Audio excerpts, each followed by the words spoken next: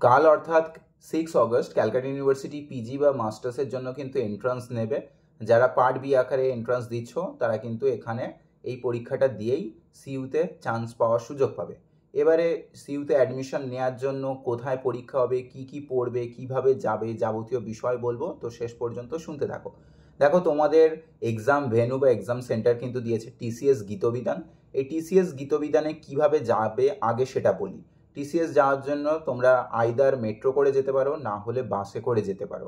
এবারে বাসে করে যদি যাও তাহলে হাওড়া থেকেও বাস যাচ্ছে, সাঁতরাগাছি থেকে যাচ্ছে, বা তোমাদের যার যেখানে বাড়ি সেখান থেকে বাস ধরতে পারো। এবং বাসে যদি ওঠো তাহলে খালপোলে অথবা আরএস সফটওয়্যারেতে নামবে। খালপোলে নামলে উইপ্রোর পাশ দিয়ে রোডটাকে টপকে উইপ্রোর পাশ দিয়ে যেতে হবে। জাস্ট 2 থেকে 4 মিনিটের রাস্তা।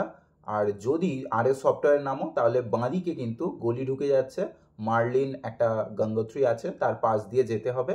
ঠিক আছে, তার পাশ দিয়ে গেলে ওই 2-4 মিনিটই রাস্তা টাইম লাগে। আর যদি কেউ মেট্রো করে যাও, মেট্রো করে গেলে হাওড়া থেকেও ডাইরেক্ট মেট্রো যাচ্ছে, বা যার যেখান থেকে মেট্রো সুবিধা, তাহলে কিন্তু টিসিএস এর আগে যে স্টেশনটা তোমরা পাবে সেটা হচ্ছে সল্টলেক সেক্টর 5। ঠিক আছে, করুণাময়ীর পরেই সল্টলেক সেক্টর 5 পাবে, লাস্ট ওটাই স্টপেজ। তো ওখানেতে নামবে এবং নেমে জাস্ট সামনেই রোডটাকে ক্রস করবে। রোডটাকে ক্রস করে 2 মিনিটের হাঁটা পথ। ঠিক আছে, খালপোলের সাথেই ওটা কানেক্টেড, ওই রুটেতেই থাকছে। এবারে যাই হোক, সেন্টারে পৌঁছে গেলে, সেন্টারে পৌঁছে যাওয়ার পরে দেখবে বাইরে অনেকে ব্যাগ রাখার জন্য বলবে, এখানে ব্যাগ রাখো, ভিতরে হয়ে যাবে। ওসব কোনো কথার জালে জড়াবে না।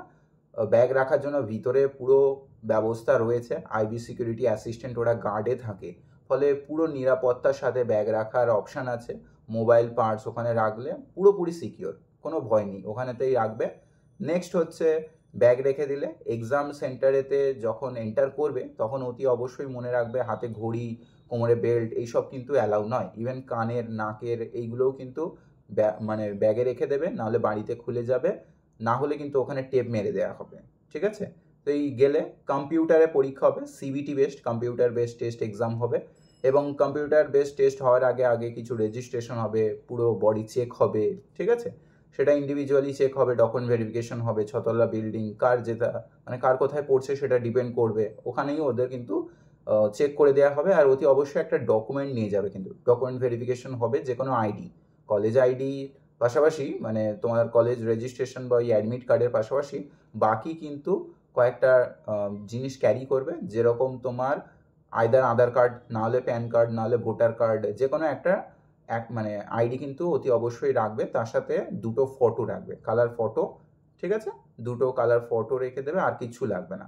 বাকি পেন টেন এইসব কোনো কিছু ক্যারি করা যায় না। জলের বোতল ক্যারি করতে পারো, বাট কোনো স্টিকার মারা থাকলে কিন্তু চলবে না। ঠিক আছে, আশা করি বুঝতে পেরেছো। এবার সেন্টারেতে চলে গেলে আগে বাথরুমেতে চলে যাবে। প্রত্যেকটা রুমের কোণেতে দেখবে বাথরুম রয়েছে, বাথরুমগুলো ফ্রেশ হয়ে গেলে তারপরে কিন্তু রুমে এন্টার করবে।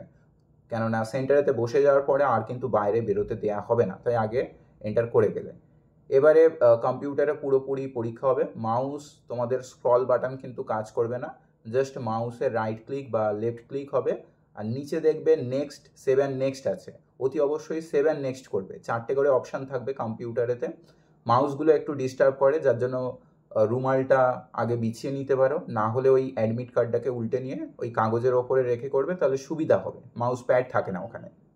চলে গেলে দেওয়ার পরে 4টে করে অপশান থাকবে, 7 নেক্সট করে করে যাবে। কিন্তু যদি প্রয়োজন বোধ করো এটা পরে দেখতে চাই, তাহলে মার্ক ফর রিভিউ করবে, ব্যাকে গিয়ে কিন্তু দেখে নিতে পারবে। ঠিক আছে, এবারে বাকি টাইমের সাথে মেনটেন করে 100টা সাবমিট করার পরে অটোমেটিক কিন্তু তোমার টাইম ওভার হয়ে গেলে, 1 ঘন্টা হয়ে গেলে কিন্তু অটোমেটিক সাবমিট হয়ে যাবে। ফলে সেই টাইমটা দেখেই কিন্তু পরীক্ষাটা দেবে। আর অপশানগুলো ঠিকভাবে মানে ক্লিক করবে কিন্তু, কেননা অপশানে যদি ভুল হয়ে যায়, আর ওখানে চেক বক্স থাকবে, একটা করে গোল চেক বক্স থাকবে, সেই চেক বক্সে ক্লিক করলেই কিন্তু এই অপশানটা সিলেক্ট হবে। এবং তারপরে কিন্তু 7 নেক্সট করবে। মার্ক ফর রিভিউ করলে কিন্তু ওটা মার্কেতে যাবে, কিন্তু মার্ক ফর রিভিউ করতে পারো, অপশান সিলেক্ট না করেও করতে পারো। অপশান সিলেক্ট করে যদি মার্ক ফর রিভিউ করো তাহলে কিন্তু যখন সাবমিট হবে ওটা নেবে, আদারওয়াইজ কিন্তু নেবে না। ঠিক আছে, আশা করি বুঝতে পেরেছো। এবারে কী পড়বে সেই বিষয় নিয়ে বলি। দেখো, যারা ইংলিশের জন্য আছো, আমি ইংলিশের অনার্স পড়াই বা ইংলিশ মাস্টার্স পড়াচ্ছি, তো এইটা আমি গাইড করতে পারি। বাকি অন্য সাবজেক্ট যে যার পার্টিকুলার টিচারের কাছে তার থেকে উপদেশ নিতে পারো। তো ইংলিশের ক্ষেত্রে আমি তোমাদের দুটো মক দিয়েছি, মক টেস্টগুলো করো, 50টা করে কোশ্চেন আছে। এছাড়া হিস্ট্রি অফ ইংলিশ লিটারেচারের অলমোস্ট 200টা কোশ্চেন আছে, এরকম একটা পিডিএফ দিয়েছি। এছাড়া তোমাদের সিলেবাসে যেটুকু রয়েছে, মানে ফার্স্ট সেমিস্টার থেকে এন্ড সেমিস্টার অবধি, সেমিস্টার 6 অবধি যা যা পড়েছো, সিলেবাসটাকে একটু ভালো করে দেখে যাও। সিলেবাসের যে সমস্ত রাইটার পোয়েটদের নাম, তাদের লেখা টেক্সট, সেখানে ক্যারেক্টার, প্রোটাগনিস্টের নাম, কবিতাগুলো একটু দেখে যাও ওভারঅল। এগুলো দেখে গেলেই কিন্তু হবে। লিটারি থিওরি, লিটারি ক্রিটিসিজম একটু দেখবে, ইউটিউবে পড়িয়ে রেখেছি, দেখতে পারো। এছাড়া তোমাদের বাকি ফিলোলজি, ফনেটিক্স, এই পার্টগুলো সামান্য, এগুলো খুব একটা আসে না, এইগুলো মোটামুটি ওভারঅল দেখে গেলেই হবে, ঠিক আছে। এবারে বলি কাট অফ কেমন যাবে।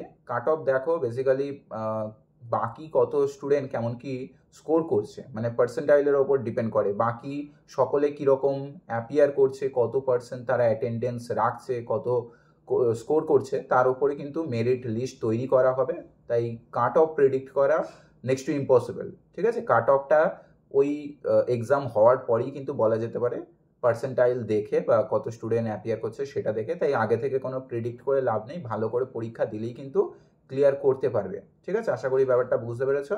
এক্সাম হয়ে যাওয়ার পরেও ভেরিফিকেশন হবে, এক্সাম সেন্টারে ঢোকার আগেও দেখবে ফিঙ্গারপ্রিন্ট ভেরিফিকেশন হবে, না হলে তোমার সিগনেচার করানো হবে, ফিঙ্গারপ্রিন্টও হবে, সিগনেচারও হবে, তারপরে ছবিও তোলা হবে, সমস্ত কিছু করে কিন্তু ভেরিফিকেশন হবে। এবং সমস্ত ডকুমেন্টগুলো নিয়ে কিন্তু বাড়ি ফিরবে। পেন, পেপার ওখানে কিন্তু সব কিছু দেওয়া হবে, আলাদা করে কোনো কিছু ক্যারি করতে লাগে না। এইগুলোই জাস্ট বেসিক ফর্মালিটি আছে। এক্সাম হয়ে যাওয়ার পরে তারপরে তোমরা নামবে। টিসিএসে প্রচুর ভিড়ও হয়, অনেক স্টুডেন্ট অ্যাপিয়ার করবে, অনেক ক্যান্ডিডেট যাবেন, তো ধীরে ধীরে নামবে, নেমে ব্যাগগুলো নিয়ে বাইরে বেরিয়ে আসবে। অতি অবশ্যই মনে রাখবে ওখানে ছবি তোলা কিন্তু নিষেধ, তাই ওই সামনে ক্যামেরা বার করে ছবি তুলতে যাবে না, আইবি সিকিউরিটি অ্যাসিস্ট্যান্টরা কিন্তু ধরবে, ঠিক আছে। তাই মোবাইল কিন্তু ওখানে বার করবে না, ছবি কিন্তু ক্যাপচার করবে না, ঠিক আছে। আশা করি বুঝতে পেরেছো। তারপর পরীক্ষা দিয়ে বাড়ি চলে আসবে, ব্যাস এটুকুই করলেই হবে। হিস্ট্রি পার্টটা পড়ে যাও, সিলেবাসে যেগুলো আছে ওগুলো দেখে যাও, দেখলেই কিন্তু হবে। আশা করি ব্যাপারটা বুঝতে পেরেছো। বেস্ট অফ লাক, সকলে পরীক্ষা দাও, পরীক্ষা দিয়ে এসে জানাবে কেমন এক্সাম হয়েছে, ঠিক আছে।